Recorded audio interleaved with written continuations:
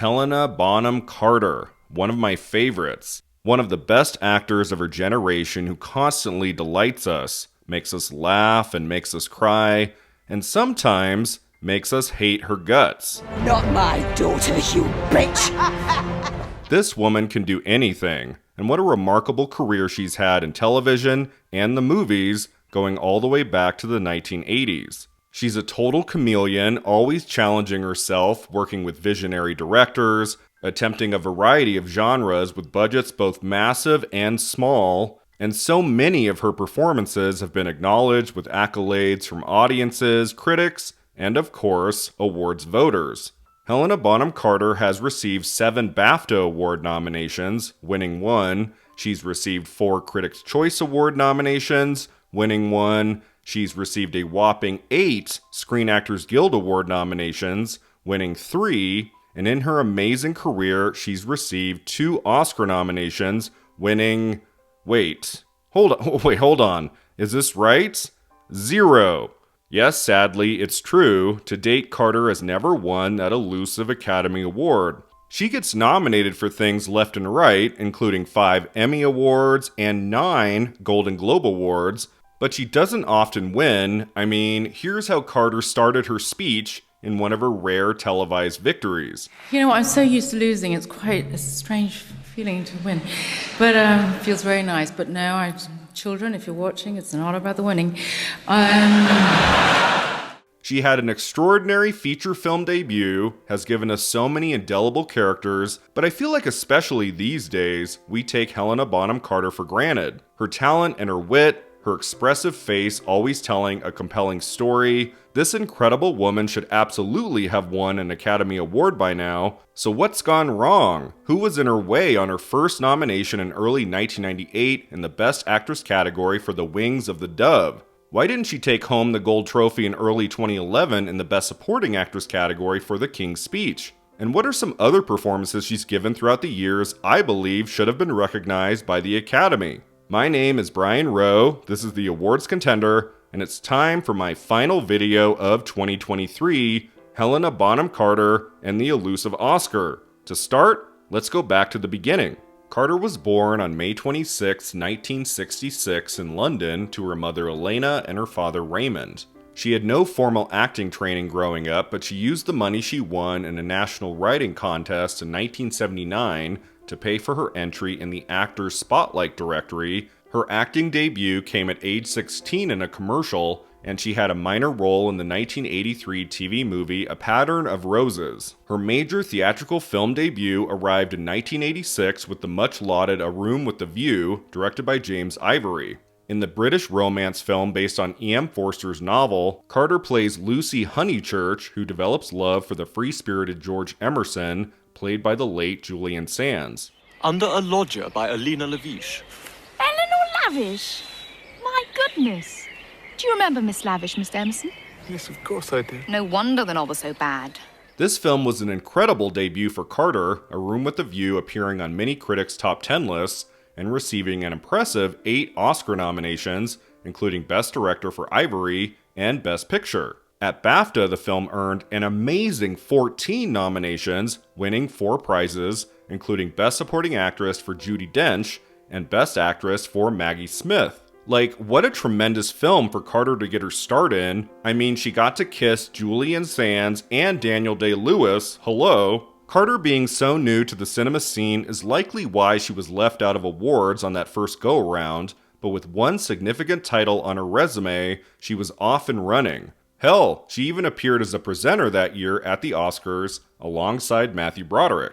Matthew and I are meant to say something witty at this point, but we've dried, so I think we'll just get on with it. She had her first leading role in a film in 1986 too, Lady Jane, co-starring Cary Elwes, the story of a woman who was Queen of England for only 9 days. The movie didn't enjoy the same success as A Room with a View, but she displayed at a young age her ability to portray a figure of royalty, which came in handy later. Carter spent the rest of the 1980s popping up mostly on television, including 2 episodes of Miami Vice. She played Ophelia in the 1990 version of Hamlet starring Mel Gibson and Glenn Close, the all-timer elusive Oscar figure, of course. but I would argue her next significant role arrived in 1992's Howard's End. Once again, like with A Room with a View, Helena Bonham Carter played a major role in a heralded period drama from director James Ivory, based on an E.M. Forster novel with an astonishing ensemble cast. She plays the role of Helen in this story of a businessman who thwarts his wife's bequest of an estate to another woman. Anthony Hopkins, Emma Thompson, and Vanessa Redgrave also part of the cast. Everything's got spoiled for you, hasn't it? Howard's End was another favorite of critics and awards voters, and you might ask, was Carter singled out anywhere this time? Well, despite the film receiving 9 Oscar nominations, including, once again, Best Director for Ivory and Best Picture, Carter didn't get any love from the Academy, although Vanessa Redgrave got a Best Supporting Actress nomination, and Emma Thompson won the Best Actress prize. Thankfully at BAFTA, where Howard's End received 11 nominations, the voters singled out not Redgrave in Best Supporting Actress, but Helena Bonham Carter. She was up against Kathy Bates for Fried Green Tomatoes, Miranda Richardson for The Crying Game, and Miranda Richardson for Damage. Can you guess who won? Richardson for Damage, a performance that also earned her an Oscar nomination. Carter's career continued to climb throughout the next few years with her roles in 1993's Fatal Deception, a TV movie that earned her a Golden Globe nomination, 1994's Frankenstein, opposite Kenneth Branagh and Robert De Niro, 1995's Mighty Aphrodite opposite Woody Allen, and 1996's Twelfth Night opposite Richard E. Grant. But the big, important breakthrough Carter had as a leading lady in the movies arrived in 1997 with her role of Kate Croy in The Wings of the Dove. Based on the novel by Henry James, The Wings of the Dove tells of an impoverished woman who convinces her lover to date a rich, dying American heiress, Kate thinking she might have a chance at living a privileged life with the man she loves. I'd be penniless, cast out of society, and I'd be stuck with you. Good.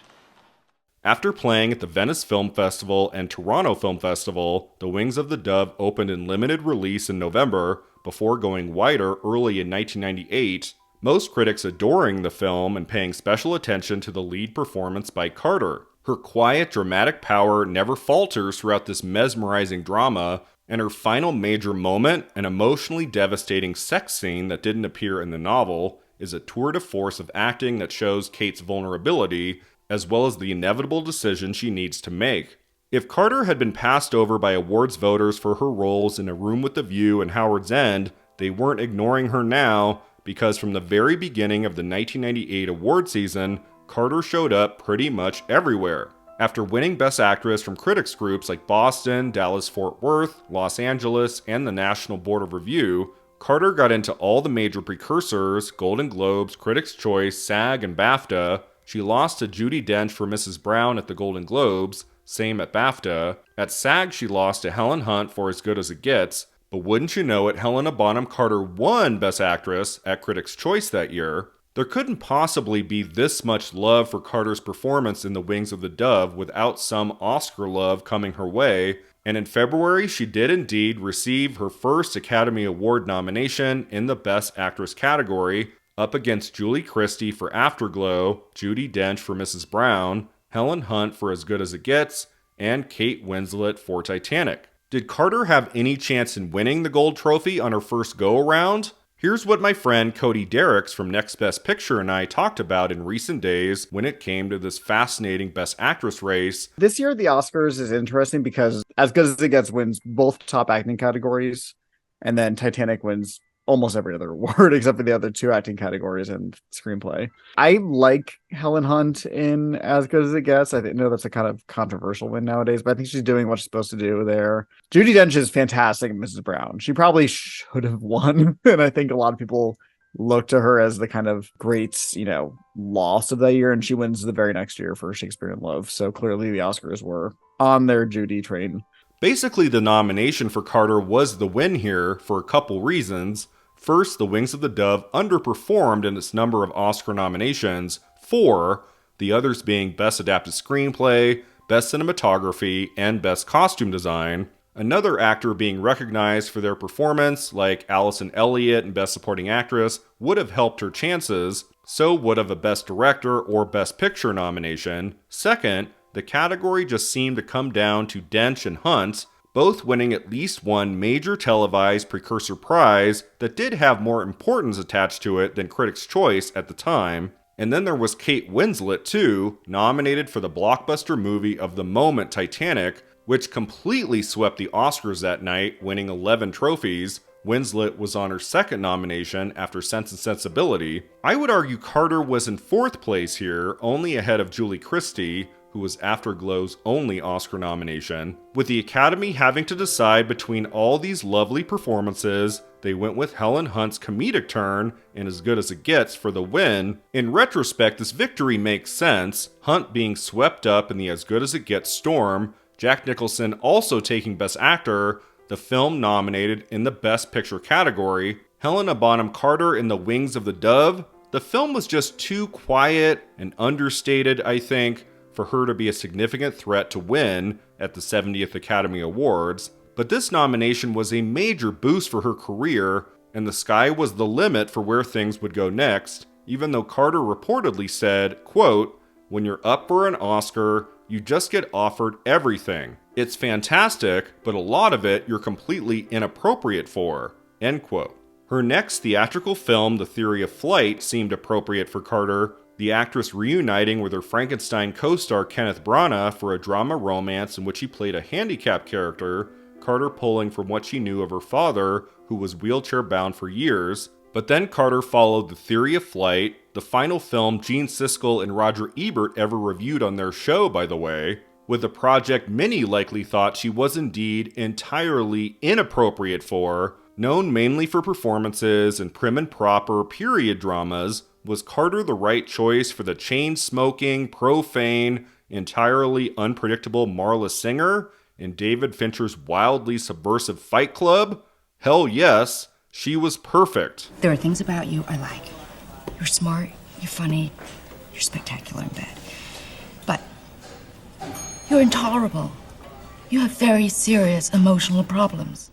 This film marked my introduction to Helena Bonham Carter at 14 years old, and to this day, when I hear her name, this is the film and role I think of first. She is so funny and offbeat in her every minute of screen time in Fight Club, and I don't know about you, but I would have loved to have seen a Best Supporting Actress Oscar nomination for her work. Sadly, the film was extremely divisive at the end of 1999, and the film was mostly passed over throughout that award season, only receiving one Oscar nomination for Best Sound Effects Editing. One of Carter's few nominations for Fight Club was Best British Actress at the UK Empire Awards, a whole lot better than the Yoga Award she won for Worst Foreign Actress. Give me an effing break. Around this time, Carter appeared in some major TV projects, including the television miniseries Merlin, which earned her another Golden Globe nomination, as well as her first Emmy nod. The 2002 TV movie Live from Baghdad also earned her recognition from Golden Globe and Emmy voters. I adore her role in the vastly underrated feature film black comedy Novocaine, opposite Steve Martin, but probably her most important movie role at the turn of the century was in the 2001 remake Planet of the Apes, which began a life-changing relationship both professionally and personally with director Tim Burton. Throughout the next 11 years, she appeared in a ton of his films, including Big Fish, Charlie and the Chocolate Factory, and Dark Shadows. Her most significant role in a Burton movie arrived in 2007 with her brilliant musical performance as Mrs. Lovett opposite Johnny Depp in Sweeney Todd, the Demon Barber of Fleet Street. Based on the 1979 Tony Award-winning musical with music and lyrics by Stephen Sondheim, the film tells of a barber bent on revenge after the death of his wife and forms a sinister partnership with his tenant, Mrs. Lovett. Trust me, dearie. It's gonna take a lot more than ale to wash that taste out. Come with me. We'll get you a nice tumbler of gin. The role that brought Helena Bonham Carter closest to an Oscar nomination without the nomination actually happening, I would argue, is this one, for a few reasons. First, she received a well-deserved Golden Globe nomination for her performance, losing to Marion Cotillard for La Vie en Rose. Second, the film was a huge critical and financial hit at the end of 2007, earning more than $150 million worldwide. Third, Johnny Depp received a Best Actor nomination at the Academy Awards that year, so why couldn't Carter also be recognized in Best Actress? Fourth, and most importantly, there was room for Carter in the Best Actress category at the 80th Academy Awards. I mean, even Cate Blanchett herself seemed put off by her performance in Elizabeth the Golden Age, and as much as I adore Laura Linney in The Savages, her nomination came so out of left field, I do think it's kind of surprising Carter missed, especially considering all the love people had for Sweeney Todd, and her being a previous Oscar nominee, as Cody and I discussed. Well, Laura Linney for The Savages was a surprise. I don't think she showed up at any precursor, maybe Critics' Choice. Right. It was, maybe Critics' Choice, I remember that was one of my top 5 films of 2007, and I was so disappointed to see her passed over the whole award season. So when she got in, I for the Oscar, I was beside myself. I was so happy. Carter could have taken Linney's spot there. Like, that wouldn't have been that surprising.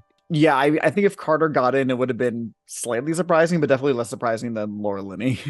At the end of the day, no worries, Carter's second Academy Award nomination was coming very shortly. Around the time of Sweeney Todd, Helena Bonham Carter snagged the role that for many is her most recognizable, first because she appeared as the character in 4 films, and second, well, because it's Harry Potter. Carter leaned into her dark side to inhabit the devilish Bellatrix Lestrange, one of the prominent followers of Lord Voldemort. Carter clearly relishes every second playing the character, taunting the viewer to hate her with every cell of their being, which makes her, spoiler alert, final scene in the franchise, an applause-worthy all-timer. The next significant year in Carter's film career arrived in 2010, when she played the Red Queen in Tim Burton's Alice in Wonderland, and Queen Elizabeth in Tom Hooper's The King's Speech, as Carter said when she won the BAFTA. I think I should thank the royal family, frankly, because they've done wonders for my career. This year, I seem to be playing queens with ever-decreasing head sizes.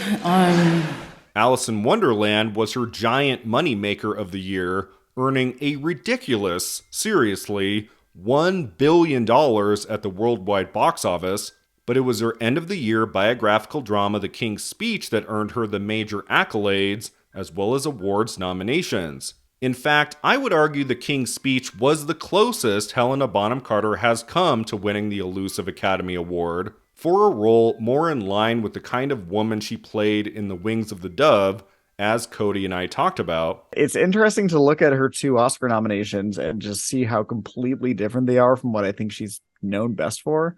You know, they are almost 15 years apart, but they're both kind of cut from the same cloth in a way. They're both very proper British women in period pieces. And then I feel like to the general public, she's most well known as like her crazy character in Harry Potter or her crazy character in Sweeney Todd. You know, these British underclass kind of crazed characters, and the Oscars clearly have a different vision of her as an actress. From an original screenplay by David Seidler, The King's Speech tells of King George VI, who was forced to overcome his stammer upon his unexpected ascension to the throne of the British Empire in 1936. Doctor, forgive me. I don't have a hubby. We don't pop. And nor do we ever talk about our private lives. No, you must come to us. Featuring Colin Firth and Geoffrey Rush in 2 of their finest performances, The King's Speech simply had the perfect trajectory for a box office and awards hopeful in the final months of 2010. After premiering at the Telluride and Toronto Film Festivals, the movie opened in limited release Thanksgiving weekend, then went wide on Christmas Day, the critics throwing as many accolades as they could at the crowd-pleasing film, and awards voters quickly followed suit. The King's Speech turned out to be the underdog at the precursor award ceremonies in early 2011, The Social Network winning Best Director for David Fincher and Best Motion Picture Drama at the Golden Globes, then again at Critics' Choice. What many referred to as the Facebook movie appeared for a while there to be the movie to defeat at the Oscars, but then, as I discussed in a recent video all about that year's Best Picture race, the winds slowly shifted in a different direction at SAG. Until then, the only person winning trophies for The King's Speech was Colin Firth in Best Actor, who took the prize again at SAG, but SAG voters didn't give The Social Network their version of Best Picture, Outstanding Performance by a Cast in a Motion Picture, which would have been oh so deserved, by the way. They gave it to The King's Speech instead, and just like Crash had done 5 years prior with Brokeback Mountain, suddenly the underdog of the season slowly started to pull ahead. At this point, Helena Bonham Carter was clearly coming for her second Oscar nomination. That was certain. She was nominated in the Best Supporting Actress category at Golden Globes, Critics' Choice, SAG, and BAFTA, not missing anywhere. She won the Hollywood Film Festival Award, and then Carter received what is still to date her biggest award win when she took the Best Supporting Actress prize at BAFTA, beating out Amy Adams for The Fighter, Barbara Hershey for Black Swan, Leslie Manville for Another Year, and Miranda Richardson, again, for Maid in Dagenham. Carter's speech, as you might expect, is a great one. First of all, can I just say that I have fun and I love it, and it's my privilege to keep on working in this oversubscribed profession. And there are so many talented people out there who never get recognition, so I'm incredibly lucky to get this, and to get recognized, and to get parts, and to go out and make a living by getting dressed up and pretending to be somebody else for the day, and then getting paid lots of money. And then I get an award for it, so it's as good as it gets. So yeah, her nomination at the 83rd Academy Awards for The King's Speech and Best Supporting Actress was a sure thing, but did she actually have a chance to win on her second try at the Gold Trophy? Here's what Cody and I discussed when it came to this competitive race. I think she definitely is probably solidly number 3 behind both Women from the Fighter this year. She wins the BAFTA, which is like the most obvious win of all time. They loved this movie, obviously. But it's not the kind of performance that really draws attention to itself intentionally. It is very much a literal supporting performance. The character is there to support her husband. She has one scene with Jeffrey Rush early on when she's trying to get him to help, and then I believe every other scene is with Colin Firth, about Colin Firth, which it's not her story. It is the story of the king. It's not like I'm saying she needs to have a scene where she, kind of the wife's it, but it's very much a supporting performance. Again, she does exactly what she's supposed to do. If she were to have anything above the level that she's at this movie, it would be inappropriate, but it's just kind of solid rather than exceptional. I do think if Melissa Leo, who ultimately won the Oscar for her performance in The Fighter, hadn't already won the trifecta of Golden Globe, Critics' Choice, and SAG, Carter might have had a chance. I do think she was in second place here, considering her victory at BAFTA, and the fact that her movie went on to win the Oscars for Best Original Screenplay, Best Actor, Best Director, and Best Picture. It was clear that voters were watching and loving The King's Speech, and to give it those top 2 prizes especially showed that both Helena Bonham Carter and Jeffrey Rush were right behind Melissa Leo and Christian Bale, respectively. I mean, it's not like Leo was overdue or anything, the actress only on her second Oscar nomination after Frozen River 2 years before. The Academy could have rewarded The Fighter with that supporting actor win for Bale, and then maybe thrown us a surprise by rewarding Helena Bonham Carter in Best Supporting Actress. I remember thinking it could happen that night, and oh boy, it would have been a fantastic victory. She would have given a better speech, that's for sure, and Carter would no longer be in search of her elusive Oscar, just like poor Amy Adams, who after 6 nominations still hasn't won either. But that's the question, isn't it? Is Helena Bonham Carter searching for that elusive Oscar? Her film projects in the last decade have suggested otherwise. No major theatrical movie she's made since The King's Speech has brought her even remotely close to the Oscar conversation. Her role in Les Miserables, also from director Tom Hooper, was too small. She's lots of fun in 2015's Cinderella and 2018's Ocean's 8, but those aren't awards-friendly performances or movies. And then playing Enola Holmes' mother also hasn't exactly brought her closer to Oscar nomination number 3. In the previous 10 years, Carter has had much more success on the small screen, receiving Emmy, SAG, and Golden Globe nominations for her performance as Elizabeth Taylor in the 2013 TV movie Burton and Taylor. The best thing she's done as of late is her 2-season run as Princess Margaret on The Crown, which also earned her Golden Globe, Emmy, and SAG nominations, including 2 SAG wins for Outstanding Ensemble in a Drama Series Carter accepting the prize at the 2020 ceremony. I'm sorry there were only 3 of us here. There were actually 249 members of the Crown cast, but we couldn't all come here. And we're all working like tomorrow, so we're leaving in about 5 minutes. But what about the movies? Honestly, her output has been a little dry as of late. Outside of the 2 Enola Holmes films, she appears opposite Anthony Hopkins in One Life, which premiered at the Toronto Film Festival and will be released sometime in 2024, and she also appears alongside Pierce Brosnan and Gabriel Byrne in the upcoming drama 4 Letters of Love. Maybe something will come of one of those projects. Who knows what's in store, as Cody and I talked about at the end of our conversation. You know, again, like I said, I kind of grew up with her as a constant presence, as somebody who was very much in the like Tim Burton-y wheelhouse, in middle school and high school, Hot Topic era. So I kind of would love to see her make some sort of, I don't want to say comeback, but have another grand return, another grand moment on the big screen. But it looks like that's not really what she's interested in doing right now. Like you said, just scrolling through IMDb, it's a lot of either things I haven't heard of or voice performances or British television. Do you think she has an Oscar win in her future? Do you think that's possible? I can't say with any confidence. I mean, who knows? Maybe something will come along. She'll get to play some royal member in some movie down the line. Who knows? I think for both her nominations, you can't say she was anywhere closer to the win than third place. So, but right part, right time. It could happen to anybody.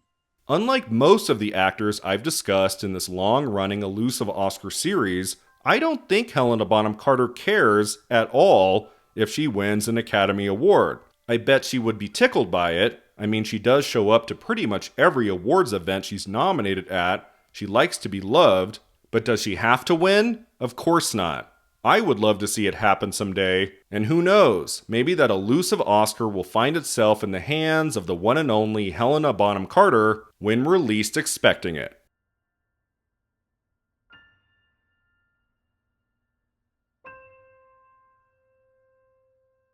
Thanks so much for watching. If you enjoyed this video, don't forget to like and subscribe. Let me know in the comments below, what do you think of Helena Bonham Carter's 2 Oscar nominations? Do you think she'll ever win the gold trophy?